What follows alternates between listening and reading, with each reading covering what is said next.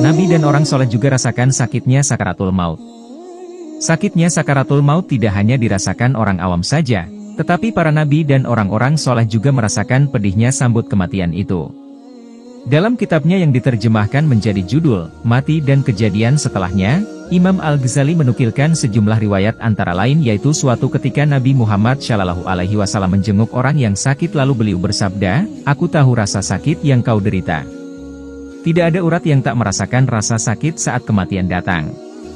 Imam Ali bin Abi Thalib radhiyallahu anhu menyuntikkan semangat dan keberanian untuk berperang di jalan Allah dengan ucapan, "Jika kalian tidak berperang membunuh di jalan Allah niscaya kalian pun akan mati.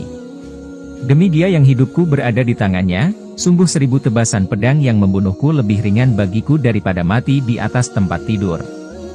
Wali Allah, Syaddad bin Aus berkata, "Mati adalah bencana yang paling mengerikan di antara semua petaka di dunia ini dan di akhirat nanti bagi seorang mukmin. Ia lebih menyakitkan daripada badan dicincang dengan pedang atau gunting atau direbus di dalam kuali titik. Jika seseorang yang mati bisa bangkit dan memberitahu kepada penduduk dunia tentang kematian, maka mereka tidak akan mengambil suatu manfaat pun dari kehidupan dunia dan tidak akan pernah dapat tidur barang sejenak pendidikan."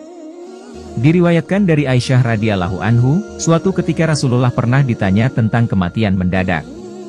Rasulullah menjawab, "Mati mendadak adalah kesenangan bagi seorang mukmin dan kesedihan bagi seorang yang zalim."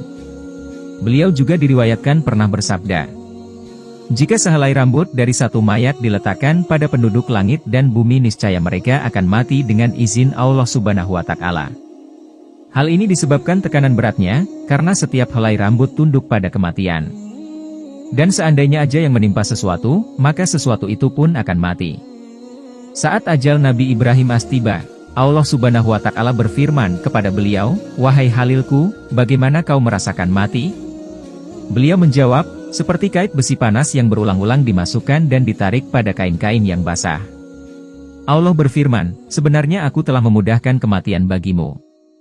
Dikisahkan mengenai kematian Nabi Musa bahwa ketika nyawanya dibawa ke hadapan Allah Subhanahu wa Ta'ala, dia bertanya kepada Musa, "Wahai Musa, apa yang kau rasakan ketika mati?" Jawab Musa, "Aku rasakan hidup laksana seekor pipit. Ketika ia dibakar digoreng di atas pembakaran atau penggorengan yang tak mampu terbang dan juga tak selamat dari rasa sakit saat mati.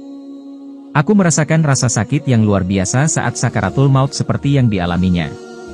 Ada suatu riwayat yang mengisahkan bahwa pada saat ajal menjemput Nabi Shallallahu Alaihi Wasallam di dekat beliau terdapat air. Beliau mencelupkan tangannya ke dalam wadah lalu membasuh mukanya dengan air tersebut seraya berkata, "Ya Allah Tuhanku, mudahkanlah aku menghadapi sakaratul maut." Sayyidah Fatimah Rad berkata saat itu, "Wahai ayahku, betapa hebat rasa sakit yang kau rasakan." Kemudian Allahu anha beliau bersabda, "Tetapi tak akan ada lagi kesusahan atas ayahmu setelah ini." Pada suatu hari Umar bin Khattab berkata kepada Ka'ab al-Ahbar, "Wahai Ka'ab, terangkan kepadaku tentang mati."